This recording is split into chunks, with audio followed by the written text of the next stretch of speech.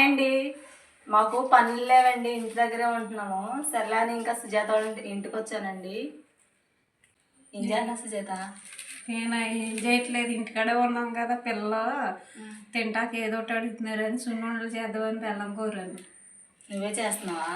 నువ్వు వస్తావు కదా చేస్తావని. నాకేం రాదు కదా. మాకు ఇప్పుడు పనులు ఉండేయండి, వర్షాకాలం కూడా ఎనీ టైం పనులే ఉండేవి. ఇప్పుడు ఉడుపులకి బెంగాళీ వస్తాము, పనులు కూడా లేవు. ఒక రోజు ఉంటే ఒక రోజు ఉంటుంది, ఇంటి దగ్గరే ఉంటున్నామండి.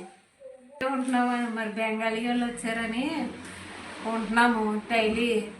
వాళ్ళ పనులు లేక మన ఊర్లోకి వచ్చి వాళ్ళ పనులు చేస్తున్నారు. కానీ మన ఊర్లో ఇది వరకు వర్షాకాలంలో అసలు కాడ మనిషి ఇంటికాడ ఉండేది కాదు. ఇప్పుడు మన కష్టాలు ఏంటి, మన సీట్లు ఏంటి సుజాత? ఏమో వారం సీట్లకి ఏం చేయాలో అసలు అదే అర్థం కావట్లేదు. మనకి ఎలా ఎలాగా అని ఏంటో తెలియట్లేదు. అదే వాళ్ళు రాకుండా ఉంటే మనకి బోడానికి పని. ఆడ మనిషి ఈ 2 నెలల్లో నెలకి కనీసం ఈ 2 నెలల మీద 15 ఏళ్ళు అలా చేసుకునేవాళ్ళు ఇది వరకు. ఇప్పుడైతే కూలి పని పెరిగింది కాబట్టి ఇంకా డబ్బులు వస్తాయి.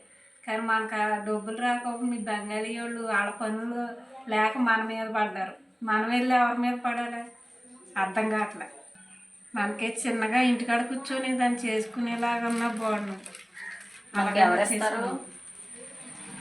ఏమో దేవుడు ఏదో ఒక రూపంలో ఎవరో ద్వారాగా ఏమి ఎవరంటవా చూద్దాం.